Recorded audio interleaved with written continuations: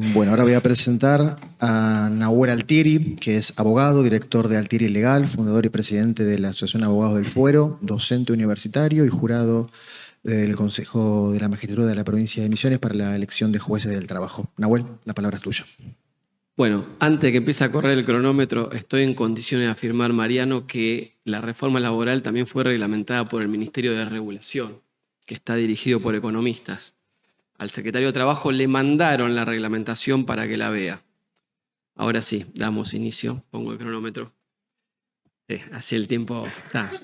Bueno, me tocó por directivas de la doctora Raibet el artículo 245 bis, que no sé por qué lo llama despido pseudo discriminatorio. Después, cuando se abra el debate, lo vemos.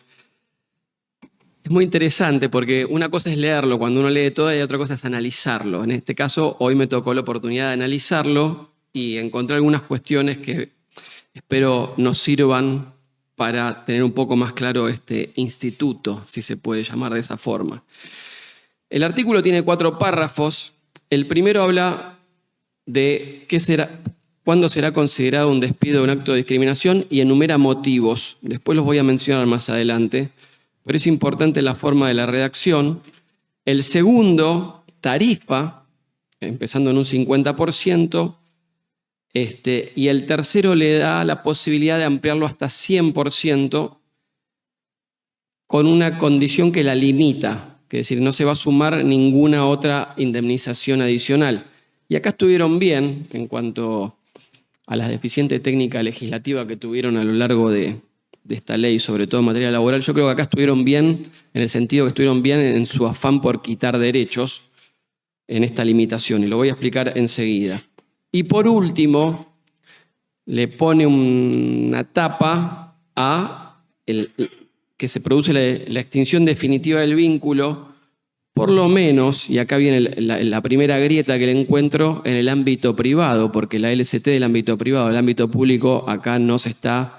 Hay que ver si en la ley de empleo en público también modificaron esto, no lo sé, sobre las reinstalaciones. ¿Qué sucedía antes de esta reforma? Y por supuesto voy a ser muy escueto porque el tiempo es tirano y no voy a hablar de todos los fallos de la Corte sobre materia discriminatoria y reinstalación, pero sí podemos decir que había 2 líneas mayoritarias. Una era la de declarar nulo el despido, en los términos de la ley 23.592, y es muy importante repasar el artículo primero. ¿Por qué? Porque sobre el final decía que la persona afectada tendrá derecho a dejar sin efecto el acto discriminatorio o cesar en su realización si el acto continuaba, y a reparar el daño moral y material ocasionados. Fíjense que lo separa, y ahí al leer esto detenidamente, el primer arrepentimiento que tuve es en las demandas por reinstalación, qué mal que no lo planteé separado. Porque hago el mea culpa, yo tengo sentencias por reinstalación, y no lo planteé tan detalladamente como me habilitaba la norma.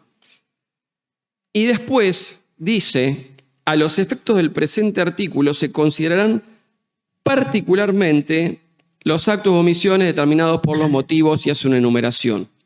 Entonces, acá hay 2 cuestiones. Dejar sin efecto el acto, bien, se dejaba sin efecto el despido procediendo a la reinstalación, con los eventuales que conocemos en la jerga como salarios caídos, que son los salarios devengados,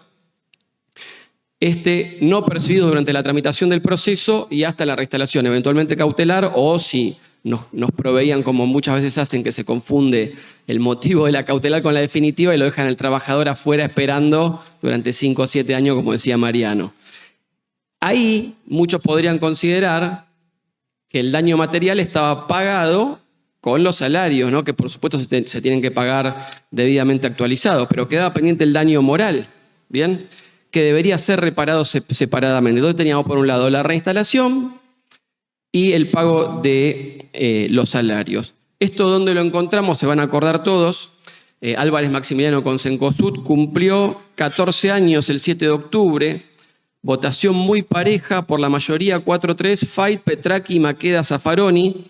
Muy interesante el considerando quinto, que creo que es la base que tenemos que apelar todos nosotros cuando ataquemos este artículo, porque dice: el acto discriminatorio ofende nada menos que el fundamento definitivo de los derechos humanos, de la dignidad de la persona, al renegar de uno de los caracteres íncitos de esta, la igualdad en dignidad de todos y cada uno de los seres humanos, de la cual deriva precisamente el principio de igualdad y prohibición de toda discriminación, destinado a proteger en la existencia dicha igualdad, en esencia, intrínseca o inherente a ellos.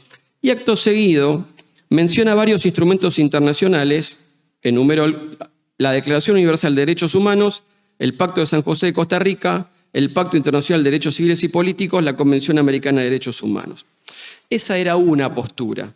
También existía otra, que era el pago de indemnización agravada, tomando como parámetro el 182, que era la causal de despido por matrimonio, también utilizado para sancionar los despidos que se presumen cuando una persona está embarazada o habiendo tenido el hijo en los meses posteriores. Y aquí encontramos en esta postura la disidencia parcial de los jueces Lorenzetti, Hayton de Nolasco y Argibay en los considerandos 16 y 18 del mismo fallo.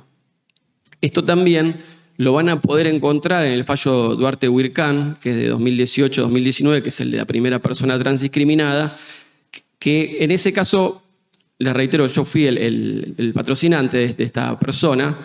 La persona no quería volver a trabajar. Entonces, para evitar lo que se conoce como revictimización, pedí la indemnización agravada. Si nos ponemos en buenos abogados litigantes, podríamos haber pedido la reinstalación y eventualmente jugarnos a negociar después el distracto. Pero como la situación de esta persona era tan delicada, no lo hice, no quise especular con ganar los salarios caídos, porque si efectivamente le concedían la reinstalación no iba a querer volver. Entonces siempre nosotros como letrados creo que tenemos que priorizar la voluntad de nuestros defendidos. Entonces Lorenzetti explicaba ahí que sea una colisión de dos derechos constitucionales o tres, María los nombró.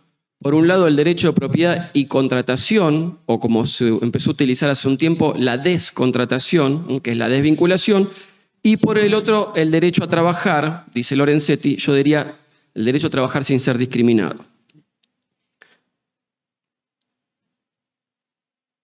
Ahora sí, veamos, después de esta breve introducción, las cuestiones a resaltar del 245 bis. La primera son los motivos del 245 bis, que parecen iguales a los de la ley 23.592, pero no lo son. La segunda, la limitación indemnizatoria tarifada. La tercera, la inversión de la carga de la prueba. Y la cuarta, la colisión, estamos bien con los tiempos, con normas locales e internacionales. Fíjense, porque en los motivos, la ley 23.592 dice, se considerarán particularmente. Eso quiere decir que la ley 23.592 deja abiertos otros motivos, que en el 245 bis dice estos motivos, con lo cual se puede interpretar con más posibilidad de que así sea como un numerus clausus, número cerrado. Y eso deja lugar a cierto tipo de magistrado o magistrada con interpretaciones más restrictivas a la hora de condenar esta clase de situaciones. Bien. Entonces, vamos a ver los motivos del 245 bis. Raza o etnia, religión, nacionalidad, ideología, opinión política o gremial, sexo o género, orientación sexual, posición económica, caracteres físicos o discapacidad. Como me pidieron que interpele al auditorio, les voy a preguntar, ¿qué motivo discriminatorio le parece que le falta? Edad, muy bien, me gustó, no lo había pensado, pero como buenas previsionalistas que son, vale. Género está, sexo, género. Bueno, pero vamos a algo que está a la vista de todos. ¿Qué pasa con la salud? ¿Qué pasa con la incapacidad? Acá me viene a la mente una disertación del doctor Diego Guirado, que es presidente de FOFETRA, él es de Santa Fe, que habló de los enfermos de cáncer. ¿De qué le sirve a un enfermo de cáncer que por ahí está inclusive grave? Una indemnización agravada del 50%, sobre todo después de 5 o 7 años. Si necesita tener una cobertura médica más que el salario durante el padecimiento de esta terrible enfermedad. Ni hablar un enfermo de VIH. Entonces, y les digo más, hablo de incapacidad, porque acá habla de discapacidad. Bien, que nosotros sabemos que es cuando se supera cierto porcentaje. Pero los que tienen menos de ese porcentaje, yo hago muchos temas de colectiveros. Y ahí pasa lo siguiente. todos los colectiveros, mejor dicho, no todos, gracias a Dios, pero la mayoría terminan con la espalda lesionada, ¿bien? Con serios, severos problemas columnarios, hernias discales. Las empresas sistemáticamente, cuando entran en licencia médica por estos problemas, les dejan de pagar el salario para que se cansen y se den por despedido. No tengo una sentencia de la Justicia Nacional, tengo más de 12. Tengo un artículo escrito en La Ley con el doctor Julio Sana, que es mi socio en el estudio, sobre ese tema. Está recontraprobado, pido discriminación y no me la dan. O pido discriminación barra daño moral y me dan una cifra baja. Lo he logrado, sentencias de la doctora Rosalía Romero cuando subrogaba el 62 y la doctora Vulcano cuando subrogaba el 39 hace unos años. Pero fíjense entonces que esta es una verdadera política de descarte que el 245 bis no la contempla. Ni hablar los padecimientos que sufre y discriminaciones que sufre un enfermo de VIH, que tampoco está contemplada. Eso respecto del primer motivo. El segundo es la limitación dineraria o tarifada, que la mencioné al principio, sin posibilidad de solicitar la reinstalación. Entonces ahí tenemos dos limitaciones. Daño moral, olvídense, como dice la ley 23.592, pero también imaginen el caso de un delegado o activista sindical. Y sobre todo por los activistas, y lo digo sin pelos en la lengua, cuando el sindicato es oficialista de la empresa. Porque no vamos a decir que no sucede esto. Entonces, cuando no podemos hacer reinstalación de delegados sindicales, les aclaro que yo he reinstalado un delegado sindical y un activista sindical. Se va a ver afectado, como bien dijo Mariano, el derecho constitucional de huelga y todos sus derivados, que está contemplado en el 14 bis de la Constitución Nacional. Y además dice el 245 bis, sin posibilidad de acumular otras indemnizaciones. Es decir, no puedo pedir solamente la agravada y el daño moral de la 23.592. O sea, el principio alterum non ladere de reparación integral queda dentro de algo tarifado, nosotros creemos, en forma insuficiente. ¿Bien? Entonces, esto entra en contradicción, como digo, con la ley 23.592 y con toda esta normativa internacional que cité en Álvarez con Cencosud. Sigo, la inversión de la carga de la prueba, Reidel lo menciona en un artículo, donde por supuesto el sujeto discriminado solo tenía que probar indicios. ¿Por qué? Porque precisamente es muy difícil y era la empresa discriminadora quien debería probar con los indicios ya presentados que no discriminó. Acá me permito, sí, estoy ahí con el tiempo, hacer una observación. Aún con la inversión de la carga probatoria, querida Cecilia, los jueces y juezas del trabajo nos obligan a probar y acabadamente, y así y solo así he obtenido las sentencias de reinstalación en el ámbito privado, reinstalación en el ámbito público y la de esta persona transdiscriminada que optó por el dinero. Y por último, la colisión con la normativa local internacional, Declaración Universal de Derechos Humanos, primer párrafo y artículo primero, Pacto de San José de Costa Rica, preámbulo de primer párrafo, Pacto Internacional de Derechos Civiles y Políticos, artículo 10.1, Convención Americana sobre Derechos Humanos, preámbulo, párrafo segundo, artículos 5.2 y 11.1. La doctora Reibet suma el convenio 190 de OIT, que es prevención sobre la violencia y acoso en el trabajo, que se encuentra intrínsecamente relacionado, porque quien sufre discriminación probablemente sufra violencia y acoso. Y para cerrar dejo planteado un interrogante que seguro abrirá debate, es ¿qué va a pasar con los trabajadores discriminados que se encuentran en un sistema que no es el 245, en un sistema de cese laboral? Que no digo fondo de cese, porque el fondo de cese, si leyeron la reglamentación, es uno. Tenemos Fondo Común de Inversión de Cese, Fideicomiso de Cese, Seguro de cese y cuenta bancaria única de cese. ¿Cómo se va a calcular en dichos supuestos el agravamiento? Si es uno o dos salarios. ¿Va a ser un salario en la sanción para una cuestión de discriminación? Entonces, lo último para cerrar, que podemos observar de esta breve exposición, es que esta reforma laboral, lejos de traer seguridad jurídica para generar trabajo genuino de calidad, traerá mayor litigiosidad y mayores costos para las empresas, consecuencias que también, como dijo el doctor Natale, las vamos a ver de acá en unos años cuando estemos todos un poco más grandes. Esperemos que cuando llegue el momento poder estar presentes para seguir debatiendo estas ideas para la prosperidad de nuestro país. Muchas gracias. A ver, Nahuel, preguntaste por qué yo decía que el despido es pseudo discriminatorio. porque realmente eso que incorporaron en la ley es la utilización de la palabra discriminatorio para hacer todo lo opuesto, para intentar terminar con la discriminación. Entonces yo te pregunto, vigente la ley antidiscriminación y vigentes los documentos internacionales, ¿a vos te parece viable que ese artículo funcione en la justicia? Bueno, va a funcionar en Puerto Iguazú, Zárate, Córdoba, Rafaela, ahí va a funcionar. Ahí va a funcionar, seguramente. Acá todavía los jueces saben derecho y tienen pudor, entonces, dada la combinación de esos factores, esperemos que no prospere. Nos pueden sorprender muchas cosas. Hemos visto personas que eran hiperprogreras antes de asumir y luego de asumidos han cambiado 180 grados sus posturas, ¿no? Hacia interpretaciones más patronales, inclusive en cuestiones de tasa de interés, desobedeciendo a la Cámara del Trabajo, ¿no? Utilizando en forma excesiva e ilegal la facultad del artículo 771, que habla de morigerar, y en realidad en vez de morigerar proceden a desnaturalizar la indemnización.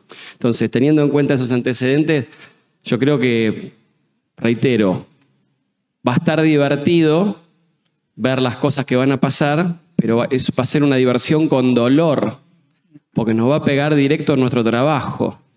Y estoy siendo sarcástico al decir divertido. Esperemos, o sea, nosotros, como vos bien dijiste, yo creo que todas las decisiones se toman en base a consensos.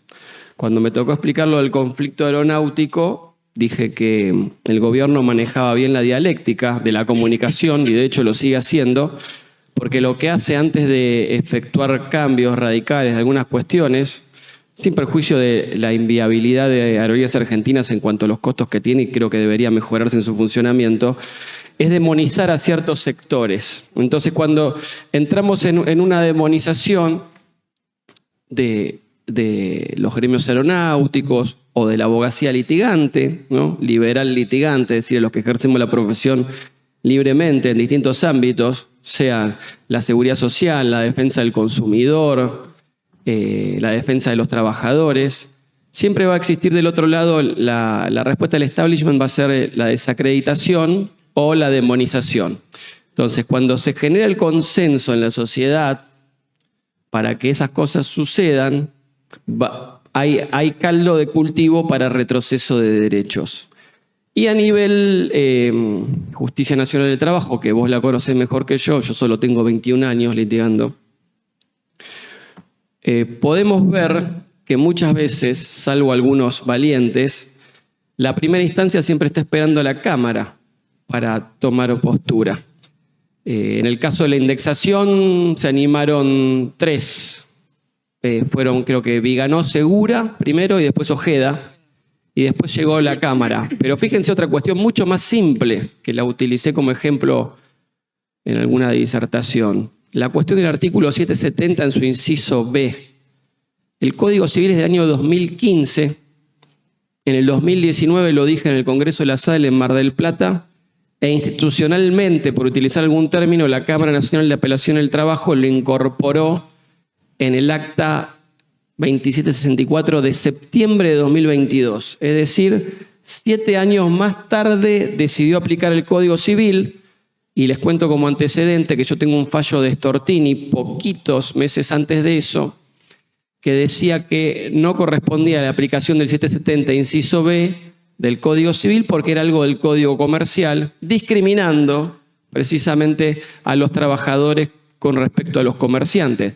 Para más datos, interpuse el recurso extraordinario, me fue denegado, si mal no recuerdo, bien queja, circuló por toda la Corte, esperando tener en ese momento un fallo de la Corte favorable que diga, no, mire, el 770 se aplica erga omnes, ¿no? Porque es orden público. Y después la Corte, después de dar vuelta, pasar por todas las vocalías, someterlo a estudio, ¡pum!, lo rechazó. Lo que nosotros conocemos en la jerga como plancha, porque era el sello de no es cuestión federal de la época en que era soporte papel la tramitación de los expedientes. Así que bueno, espero con eso haber dado respuesta a tu pregunta. Bueno, muchas gracias, Esteban. Le agrego a la colega, siguiendo los ejemplos de Esteban de Albuquerque y de Mariano Natale, que tiene una frase que es: el conocimiento está para compartirlo, ¿no? Yo le voy a pasar después estos 2 o 3 fallos que tengo, que usted puede, como están digitalizados, ver las demandas y utilizarlas totalmente. ¿Y esto por qué lo hago? Porque tiene que ver precisamente con... A veces me preguntaban algunos, no, pero ¿por qué vos compartís si te costó tanto hacerlo? Sí, me costó tanto hacerlo, pero de poco sirve que sea una sola la persona que lo pide. Si tenemos 1000 abogados y abogadas planteando lo mismo y le llegan los alegatos y las demandas a los magistrados, van a decir: che, no es uno solo, acá hay mucha gente pidiendo lo mismo.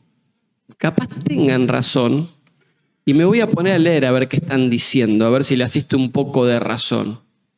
Y luego, por supuesto, ese juez o jueza de primera instancia va a llamar a su padrino o madrina del fuero y le va a preguntar qué opina. Entonces, eso es lo importante. Así como los trabajadores actúan colectivamente, falta que la abogacía actúe colectivamente para defenderse. Bien, para defenderse y no para defenderse solo en la vida individual, sino en la posición doctrinaria, jurisprudencial o normativa que adoptamos y que optamos por defender. Hay cuestiones que van a salir aparte de esto. Una de ellas es el daño punitivo. Entonces, tenemos que empezar a pedir daño punitivo. Todos. ¿Cómo se puede fundar? O sea, y recuerdo cuando hice un bosquejo de inconstitucionalidad del DNU. Lo primero que hice fue salir a compartirlo. Lo publicamos en Microjuris y lo compartimos. Ahora tengo otro listo para mandar de inconstitucionalidad de ley bases. Y cuando lo compartía decía: sé que no es el mejor, sé que seguro alguien lo va a mejorar. De hecho, lo comparto, como dice Esteban, cuando compartió un modelo de demanda con la cátedra, lo comparto para que sea mejorado. Y esa es la idea. La única batalla que se pierde es la que se abandona, o mejor dicho, como dijo Estela en el último congreso que estuvo con nosotros en Madrid: mientras nos queden fuerzas, vamos a seguir luchando. Una cuestión más, Lilian, porque antes vos te quejaste de algo que tenés mucha razón, pero antes voy a hablar para terminar el tema de las causales de despido, el inciso A. El inciso A, fíjense que también no dice etcétera, pero dice que obstaculice de algún modo. Y supongamos que Mariano y yo operamos una máquina y yo decido adherirme a la huelga y me quedo en mi casa. ¿No puede decir un empleador medio trasnochado que estoy obstaculizando el derecho a trabajar de él? Fíjense lo peligroso que es eso. Con esas redacciones así tan laxas en un tema tan delicado. Y lo segundo, Lilian, vos hablabas del premio al cumplidor. Lamentablemente, y esto lo he dicho, lo he escrito también, es el país del no pague. Pues fíjate que hoy al que evadió le dan un blanqueo laboral donde le dicen que va a pagar el 30, el 20 o el 10 de la deuda previsional que tiene, que a su vez si la paga en efectivo según la reglamentación es el 15, el 10 o el 5. Entonces, lamentablemente, ni siquiera siguen a la escuela de Chicago, que es lo más de derecha que hay en el mundo, en lo que son sistemas de incentivos y desincentivos para moldear las conductas de las personas. Porque un buen sistema de incentivos sería premiar al que cumple y castigar al que incumple. Aquí hacemos todo al revés, pero esto no es solo de este gobierno, sino de todos los gobiernos. Entonces, favorecen al que no paga en término. Pero pasa en todo. También la provincia de Buenos Aires, por ejemplo, yo no pagué una patente de mi vehículo y a los 2 o 3 meses me ofrece un plan de pago sin intereses. Entonces, ¿y el que pagó en término?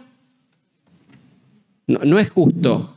Pero así de mal funciona y el Estado en sus distintos niveles da esa clase de desincentivos al contribuyente, generando el efecto contrario al deseado. Entonces, la gente que dice, no pago, después viene una moratoria. Y terminan, como dicen las doctoras García y Coturel, el sistema de previsión social desfinanciado. Bueno, voy a contestarle a mi amiga la doctora Trota porque me parece que introdujo algo que es muy importante y es siempre la pata floja cuando nos descalifican. Creo que, primero que nada, soy pro pyme y pro trabajo argentino, y voy a reflotar otra discusión que tuve, que yo nunca estuve a la altura ni lo voy a estar jamás, que tuve con Estela Ferreiros. Creo que fue el año 2010 o 2011, en el Colegio de Abogados de San Martín. Mariano, vos seguro estabas ahí. Hablamos precisamente de la reinstalación. Y yo, ¿te acordás el año? Pues yo no me acuerdo, pero yo recién estaba en la cátedra. Y yo entré en 2010, por ahí fue antes y yo todavía no estaba en la cátedra, de hecho, puede ser, donde yo le dije que no veía, y lo sigo sosteniendo, que no veía viable una reinstalación en una pequeña empresa. Porque ya en esas cuestiones, la afectación del funcionamiento interno de la dinámica del grupo social se ve severamente afectada y va a terminar dinamitando por completo esa pequeña unidad productiva. Bien, entonces por la subsistencia de la pyme, y me refiero al caso que conozco de cerca, teniendo un padre industrial, en San Martín los talleres de tornería tienen 10 personas y el dueño se pone el delantal azul y va a las 6 de la mañana y almuerza y trabaja a la par de sus compañeros. Entonces, ¿con esto a qué voy? Con respecto a la situación de las pymes. No hay nada más discriminador que tratar como iguales a quienes no lo son.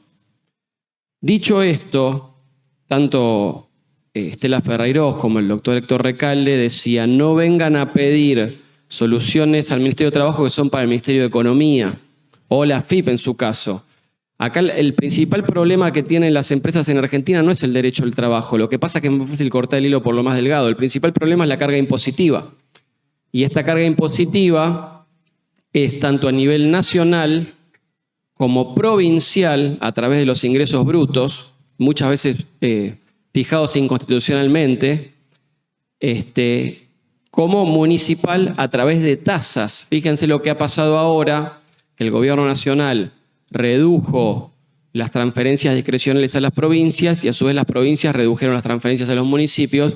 ¿Qué hicieron los municipios? Empezaron a poner tasas de todo tipo, que son, por supuesto, inconstitucionales, porque la tasa, para ser tal, tiene que estar especificada respecto a una contraprestación. Verbigracia, la tasa aeroportuaria. Cuando se pone una tasa a la venta de combustible, no hay una contraprestación por dicha tasa. Entonces, las pymes se les tiene que sacar el pie de la cabeza, como dice el presidente, pero en cuestiones tributarias, no en cuestiones laborales.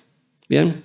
Las cuestiones laborales sobre las cuales se ve afectada una pyme son ínfimas en el costo respecto a las cuestiones tributarias, que son costos ciertos que tienen todos los días o todos los meses, distinto a un juicio laboral que pueden tener eventualmente alguno. Entonces, ahí, cuando a las pymes se les saque de encima la gran carga tributaria que tiene y el sistema tributario sea progresivo, tanto para las personas como las empresas, es decir, los que más producen, más se les carga, y no teniendo monopolios bien ganados en algún aspecto, como el de Mercado Libre, beneficiado por una ley que no es para ellos, como la ley del software, vamos a tener mayor prosperidad y las pymes van a ser más rentables y los bancos no se van a estar fijando la antigüedad del personal al momento de acceder a un crédito. Nada más. Muchas gracias.